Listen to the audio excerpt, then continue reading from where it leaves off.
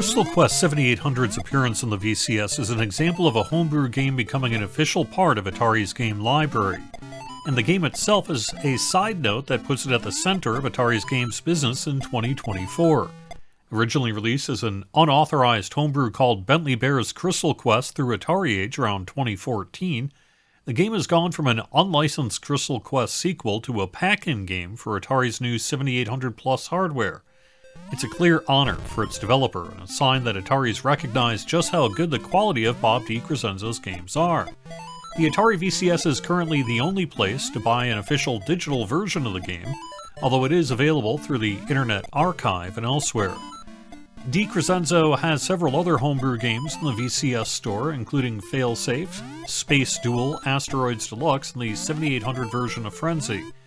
When Atari launched the 7800 Plus pre-orders, they offered with it a slate of 10 games, many of which were developed by DeCrescenzo, giving his versions of Asteroids, Frenzy, and other games an official release. Atari's decisions in line with its acquisition of AtariAge, launch of the 2600 Plus, and focus in recent years of selling carts of games both old and new. If Bentley Bear wasn't technically authorized when the game was being made, he's certainly okay to be there now. Crystal Quest is a mid-80s platformer that's also a shooter with an arcing shot. Bentley has a better use for the crystals he's found, and that's to chuck them at the endless stream of enemies coming after him. He'll use B to shoot and hold B to run. A will jump. Timing, jump height, and speed and accuracy are key to getting through Crystal Quest's dozens of stages. This is a tough game, although I found the platforming to be easy enough to get better at. 3 lives and it's game over. You can continue after death, although the game's instructions on AtariAge warn to, quote, use it wisely, unquote, for an unknown reason.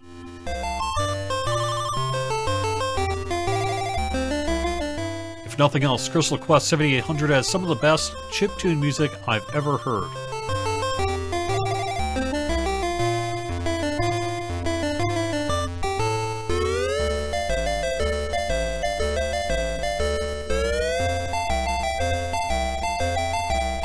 Besides the highly skilled work of Synth Popalooza, the game's physical cart utilizes what's called a Hokey chip, which is a replacement to Atari's original Pokey sound chip and offers some advanced features.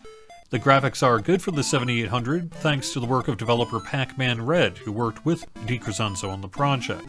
Crystal Quest 7800 is one of the more fun pick-up-and-play platformers on the VCS. The game's good enough I not only pre-ordered the 7800 Plus, I picked up the standalone box cart as well. So, I guess I like it. Crystal Quest uses the VCS's built-in 7800 emulator, so there are no online leaderboards. The game works well with a classic joystick. It's great that Crystal Quest is great, but it's even greater that this kind of game is being mined by Atari in 2024. Both because it's a good grassroots approach to retro gaming's future, and because it paves a brave path forward for Atari. AtariAge's deep history of homebrew development could become a key building block of a new Atari library that works on original and new hardware that hooks up easily to modern TVs. It's a second life, and it feels like Atari is carving a path into the future in real time, blending vintage history with modern retro development to a diverse but niche audience as a way to stay relevant and make money while providing new fun to old fans.